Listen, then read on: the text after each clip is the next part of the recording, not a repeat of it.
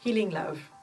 I'm the author of this book, and the reason that I wrote it was inspired by the fact that we had been through very much suffering and valleys, and I believe the best way to share it with you is just to read a little bit. Sitting in an ICU unit and looking at my child with tubes and wires on head, toes, arms, hands, chest, and feeling alone and helpless with an unbearable pain in my heart prompted me to pray, not only for Missy before my eyes, but the other children around the world in ICU, and then to pray for their mothers, fathers, brothers, sisters, grandparents, friends, and doctors.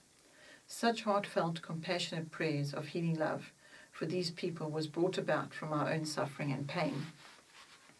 His love heals, lifts us beyond our present pain, takes our focus off ourselves and lifts it into a higher purpose, his purpose.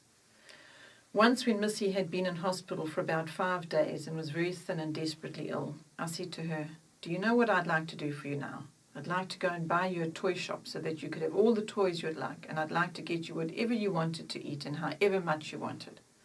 This, of course, was my desperate mother's heart, feeling an absolute loss at how to help her. Missy responded, however, with this. She said, "Mom, don't worry.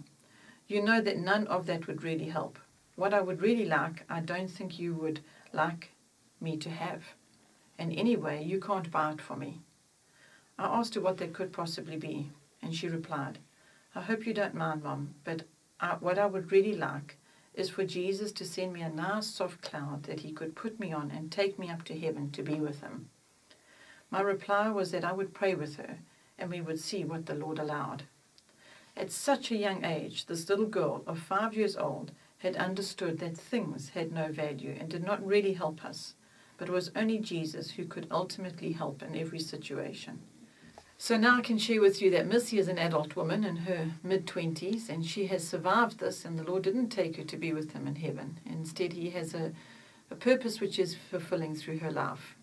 And it is my hope that this little book, Healing Love, is going to help others to get their focus on God rather than the pain that they might be suffering in their own personal situations.